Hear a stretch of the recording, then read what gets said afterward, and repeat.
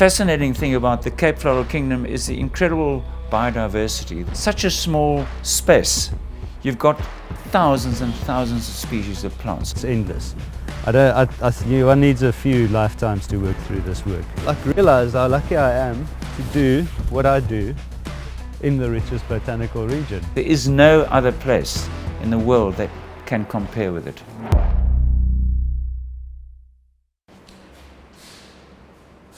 Just need to calibrate myself. Okay, there's been a bit of drama today with electrics, because this is practically our first firing with this new setup. There are three things that can happen. Either we're going to get everything's going to go nice and smooth, or we could experience a hole in the mold. We don't plan for failure, but it does happen. And the other thing is, and this has happened twice, something reverses in the process and the mold explodes.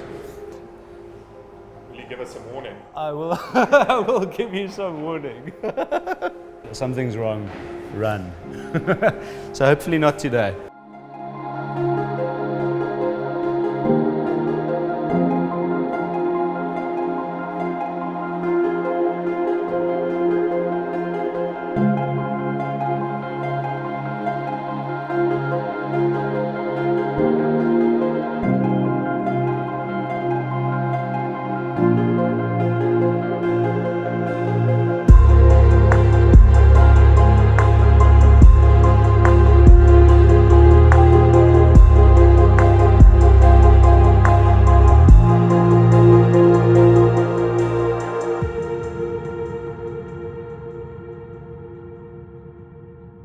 Okay.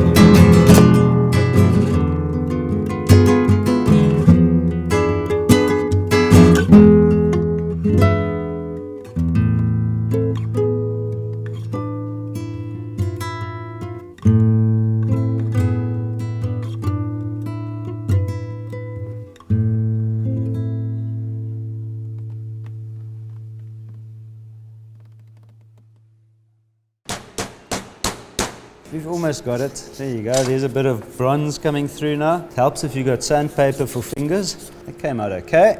This is a questionable casting. You never know until you cast it. This has to translate onto a very flat, polished surface, and I've got 0.5 millimeters to play with. This actually looked like an atrocious casting, but we've sort of flattened it into a workable shape. You know, we've already got something recognizable. I think that's the route we're going to go. Unfortunately, some plants, leaves, just don't play the game when it comes to the panels. So we're going to probably just have to improvise, maybe by angles. I think we've got probably a 80% success rate.